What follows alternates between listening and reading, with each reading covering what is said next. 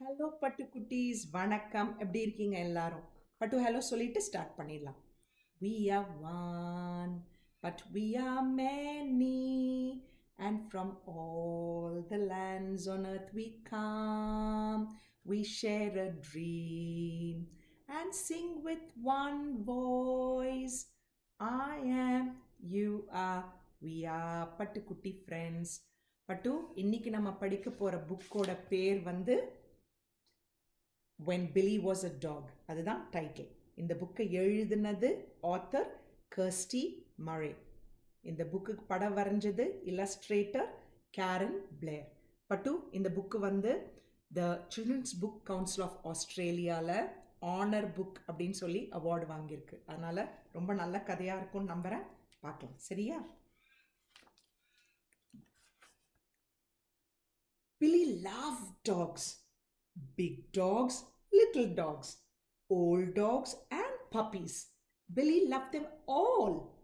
He especially loved Fluff, who belonged to Mrs. Banerjee next door.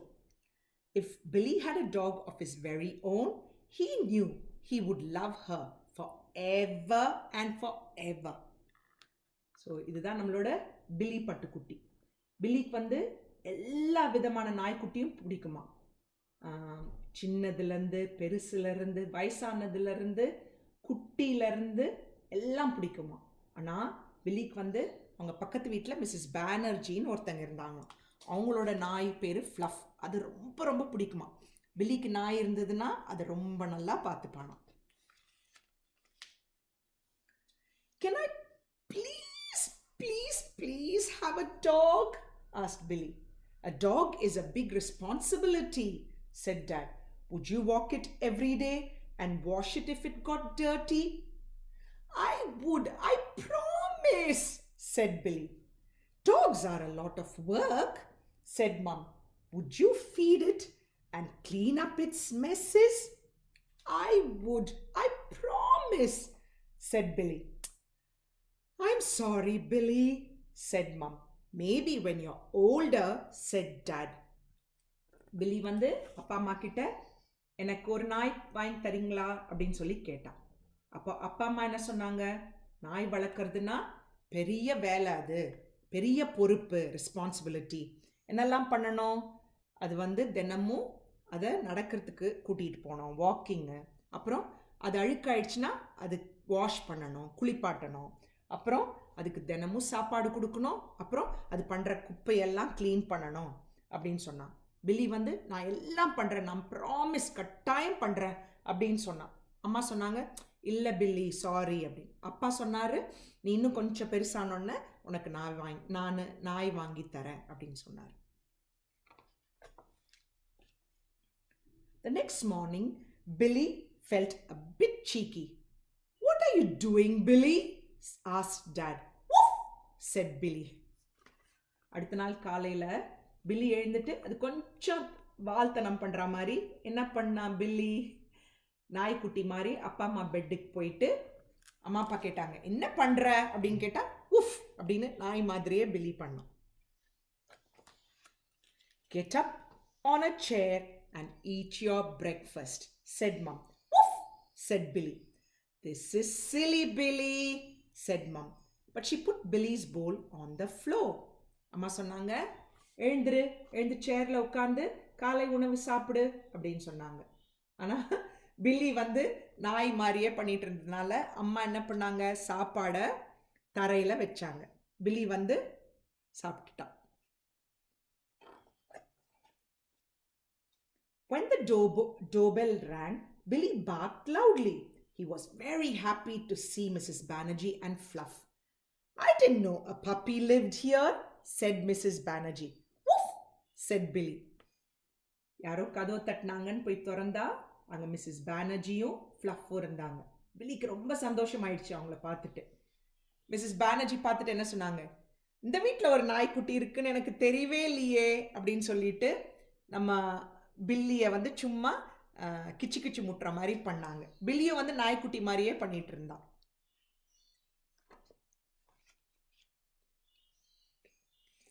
On the way to the shops, Billy panted just like Fluff. Billy, have you got your seatbelt on? Asked Mum. Woof, said Billy. At the cafe, Billy waited patiently. When Mrs. Banerjee and Mum were ready to go, Fluff wagged her tail. Billy wiggled his bottom. Oh, Billy, said Mum. Woof, said Billy. So, Amma, Mrs. Banerjee, Billy, அப்புறம் Fluff எல்லாருமே வந்து கடைக்கு போனாங்க. போற வழியில அம்மா வந்து பிலி seat belt போடு அப்படின்னாங்க. ஏன்னா பிலி என்ன பண்ணிட்டு இருந்தான், நாய் மாதிரி அப்படி பண்ணிட்டு இருந்தானோ, அந்த சத்தம் போட்டுட்டு இருந்தானோ. அப்புறம் அவங்க ஹோட்டலுக்கு போகும்போது அங்கே வந்து அமைதியாக வெயிட் பண்ணிட்டு இருந்தானோ. அங்கே பாருங்க. அப்புறம் முடிச்சுட்டு கிளம்பும்போது நம்ம ஃப்ளஃப் வந்து வால் ஆட்டுச்சான். பிலிக்கு வால் இருக்கா இல்லையே, அதனால அவனோட பாட்டமை ஆட்டிட்டு இருந்தானோ. எவ்வளோ அழகா படம் வரைஞ்சிருக்காங்க. While Mom put away the shopping, Billy chased his tail. Billy, are you coming to the park? Called Dad. Woof, said Billy. அம்மா வந்து எல்லாம் வாங்கிட்டு வந்த பொருள் எல்லாம் வந்து எடுத்து வச்சுட்டு இருக்கும்போது பில்லி என்ன பண்ணிட்டு இருந்தானோ, பில்லி வந்து தனக்கு ஏதோ வால் இருக்குங்கிற மாதிரி அது பின்னா நாய் வந்து சுத்தும் இல்லையா வாழை பிடிக்கிறதுக்கு, அந்த மாதிரி பண்ணிட்டு இருந்தானோ. அப்பா எங்க போறாங்க? பார்க்குக்கு. வரியா பில்லி அப்படின்னு கேட்டா பில்லி வந்து உஃப் அப்படின்னு சொன்னானோ. அப்படின்னா ஆமான்னு அர்த்தம்னு நினைக்கிறேன். Fluff was excited when they passed by her garden. Billy sniffed the fence posts. Don't you dare, said Dad. Woof, said Billy. So, கிளம்பி போகும்போது முதல்ல மிஸ்ஸஸ் பானர்ஜி வீட்டை தாண்டி போனாங்க. அப்போ ஃப்ளஃபுக்கு ரொம்ப சந்தோஷம் ஆயிடுச்சான் பில்லியை பார்த்த உடனே. அப்புறம் பில்லி வந்து நாய்க்குட்டியை மாதிரியே போயிட்டு இருக்கும்போது என்ன பண்ணுச்சு, வேலிக்கிட்ட நான் என்ன பண்ணும், காலை தூக்கி மூச்சா போக பார்க்கும் இல்லையா, அந்த மாதிரி பில்லி பண்ண பார்க்கும் போது அப்பா என்ன சொன்னாங்க, பண்ணாத அப்படிலாம் அப்படின்னு சொன்னாங்க. அப்பா பாருங்களேன், சோ அப்படின்னு சொல்றாங்க. பில்லி வந்து நாய்க்குட்டி மாதிரியே பண்ணிட்டு இருக்கான். At the park, Billy ran under the swings and barked at the other kids. Then he picked up a stick and dropped it at Dad's feet. Oh no, Billy! We're not playing fetch, are we? Woof, said Billy. பார்க்கல பசங்க எல்லாம் விளையாடிட்டு இருந்தாங்க. பில்லி என்ன பண்றான், நாய் மாதிரியே அந்த பசங்க கிட்ட போய் அவன் கத்துறான். அப்புறம் ஒரு குச்சி எடுத்துட்டு வந்து அப்பா கிட்ட கொடுத்து உஃப் அப்படின்னு அப்பா கேட்குறாரு, என்னடா இப்போ இதை நான் தூக்கி போடணுமா நீ போய் பிடிக்கிறதுக்கு அப்படின்னு சொல்லிட்டு அப்பா தூக்கி போடுறாரு. பில்லி வந்து நாய் மாதிரியே போய் அந்த குச்சி எடுத்துட்டு வரான். நாய்க்கு வந்து பால் குச்சியெல்லாம் போட்டால் ரொம்ப ஆசை இல்லையா, போய் எடுத்துட்டு வரும் இல்லையா, அந்த மாதிரி பண்ணுறான் பில்லி. Later that afternoon, Billy visited Fluff. Together they dug a hole under Mrs. Banerjee's azalea bushes. Billy! Fluff! Stop that! Woof! said Billy, though he hoped it sounded like I'm sorry. Being a dog was very tiring. Billy's hands and knees were sore, and his throat ached from barking. He climbed into Fluff's basket. Fluff stared at Billy. Then she climbed in beside him. Billy shut his eyes, snuggled in close to Fluff, and fell asleep. So, அன்னைக்கு மத்தியானம் என்னாச்சு, நம்ம பில்லி வந்து ஃப்ளஃபோட அவங்க வீட்டுக்கு விளையாட போயிட்டு ஒரு பூச்செடிக்கு கீழே இருக்கிற மண்ணை 2 பேரும் தோண்ட ஆரம்பித்தாங்க. அப்போது மிஸ்ஸஸ் பானர்ஜி வந்து பண்ணாதீங்க நிறுத்துங்க அப்படின்னு சொன்னாங்க. அப்போது பில்லி வந்து திருப்பி உஃப் அப்படின்னு சொன்னான். அது வந்து கேட்கறதுக்கு சாரி சொல்கிற மாதிரி இருந்துதான். அதுக்கப்புறம் பில்லிக்கு என்ன தோணுச்சு, ரொம்ப டயர்டாயிட்டு சோர்வாயிட்டு கை கால் எல்லாம் வலிக்க ஆரம்பிச்சுட்டு தொண்டையும் கத்திட்டே இருந்தான் இல்லையா, பாக் பண்ணிகிட்டே இருந்தான் இல்லையா, அதனால ரொம்ப டயர்டாயிட்டு 2 பேரும் அதை பாருங்க நம்ம ஃப்ளஃபோட பாஸ்கெட்டில் ஏறி 2 பேரும் படுத்து தூங்கிட்டாங்க. நாயாக இருக்கிறது ரொம்ப கஷ்டம் அப்படின்னு சொல்லி பில்லிக்கு தோணுச்சான்.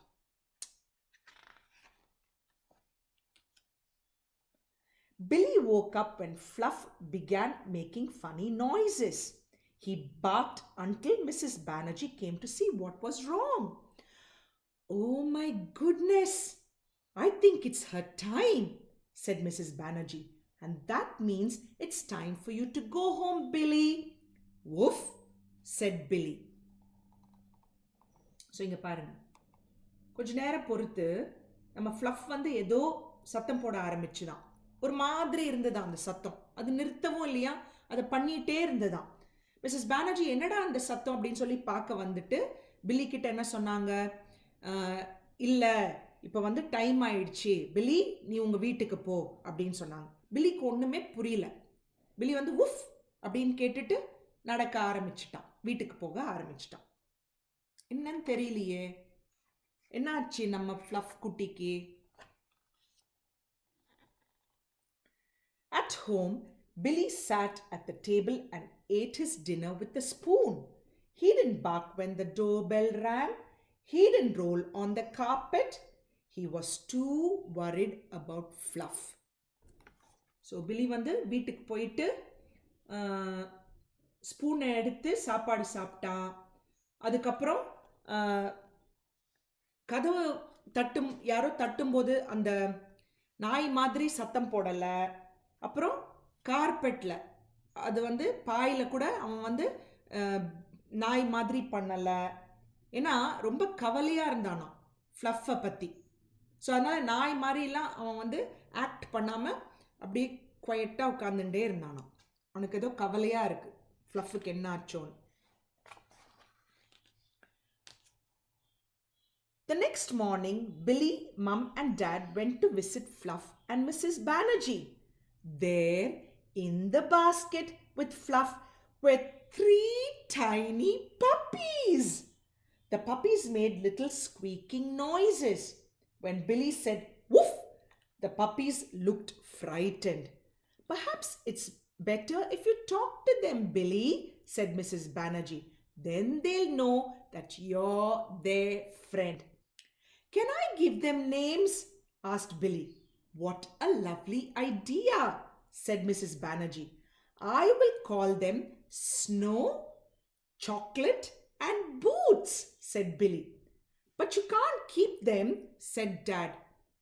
மறுநாள் காலையில் அம்மா அப்பா பில்லி வந்து மிஸ்ஸஸ் பானர்ஜி வீட்டுக்கு போனால் பாருங்க, நம்ம ஃப்ளஃப்புக்கு 3 குட்டி நாய் இருக்கு பாருங்க, குட்டி பிறந்திருக்கு பாருங்க. ஸோ திருப்பி வந்து அதுக்கு தான் கொஞ்சம் ஏதோ சத்தம் போட்டுட்டு இருந்தது போல இருக்கு. ஸோ பில்லி என்ன சொன்னா, உஃப் அப்படின்னு சொன்னோன்னே பயந்துடுச்சு இந்த குட்டிலாம். அப்போ நாய்க்குட்டி. அப்போது மிஸ்ஸஸ் பானர்ஜி சொன்னாங்க, "நீ அந்த மாதிரி சத்தம் போடாத, அதுக்கிட்ட பேசு, அப்போ அதுக்கு தெரியும் நீ வந்து அதோட ஃப்ரெண்டு" அப்படின்னு சொன்னாங்க. பில்லி கேட்டால், "நான் அதுக்கு பேர் வைக்கவா?" அப்படின்னு சொல்லிட்டு ஸ்னோ, சாக்லேட் அண்ட் பூட்ஸ் அப்படின்னு பேர் வச்சான். அப்பா சொன்னாங்க, "நீ அதெல்லாம் வச்சுக்க முடியாது, நாயெல்லாம் வச்சுக்க முடியாது" அப்படின்னு ஞாபகப்படுத்தினாங்க. Every afternoon, Billy visited Fluff's puppies and talked to them. When they were 8 weeks old, someone came and took away Snow. When they were 9 weeks old, someone came and took away Chocolate. Next time Billy went to visit, Boots was gone too. "Cheer up, Billy," said Mrs. Banerjee. "If you like, you can take Fluff over to your house for a visit." So Billy வந்து தினமும் மத்தியானம் அந்த நாய்க்குட்டியும் ஃப்ளஃபோடையும் விளையாடுறதுக்கு போவானோ. ஒரு வாட்டி போகும்போது 8வது வாரத்தில் யாரோ வந்து ஸ்னோ எடுத்துகிட்டு போயிட்டாங்க. 9வது வாரத்தில் யாரோ வந்து சாக்லேட்டை எடுத்துகிட்டு போயிட்டாங்க. அடுத்த வாட்டி போகும்போது பூட்ஸையும் காணும், யாரோ வந்து எடுத்துகிட்டு போயிட்டுருக்காங்க. வெறும் ஃப்ளஃப் மட்டும்தான் இருந்தது. பில்லிக்கு ரொம்ப கஷ்டமாக இருந்தது. அப்போ மிஸ்ஸஸ் பானர்ஜி சொன்னாங்க, "சரி நீ வேணா ஃப்ளஃப்பை எடுத்துட்டு வீட்டுக்கு போய் விளையாடிட்டு கொண்டு வா" அப்படின்னு சொன்னாங்க. As Billy and Fluff walked through the front door, Billy heard yipping coming from the kitchen. "Is Boots going to live with us?" asked Billy. "If you promise you'll walk her every day and wash her when she's dirty," said Dad. "And you'll help her to feed and clean up her mess," said Mum. I promise, said Billy. So Billy வீட்டுக்கு போனா ஃப்ளஃபை கூட்டிட்டு யார் இருந்தாங்க அங்க? Boots இருக்கு. அப்பா அம்மா வந்து நம்ம பில்லிக்கு தெரியாம சர்ப்ரைஸா பூட்ஸை வீட்டுக்கு கூட்டிட்டு வந்துட்டாங்க. அப்போ பில்லி வந்து நான் வச்சுக்கலாமா அப்படின்னு கேட்டோன்னே அப்பா அம்மா என்ன சொன்னாங்க? நீ நல்லா பார்த்துக்கிறன்னா கண்டிப்பா நீ அதை வச்சுக்கலாம் அப்படின்னு சொன்னாங்க. சொன்ன உடனே நம்ம பில்லி வந்து கண்டிப்பா ஐ ப்ராமிஸ் அப்படின்னு சொன்னான். ரொம்ப சந்தோஷமா இருக்கு இல்லையா? பாருங்க, நம்ம ஃப்ளஃபும் இருக்கு, பூட்ஸும் இருக்கு.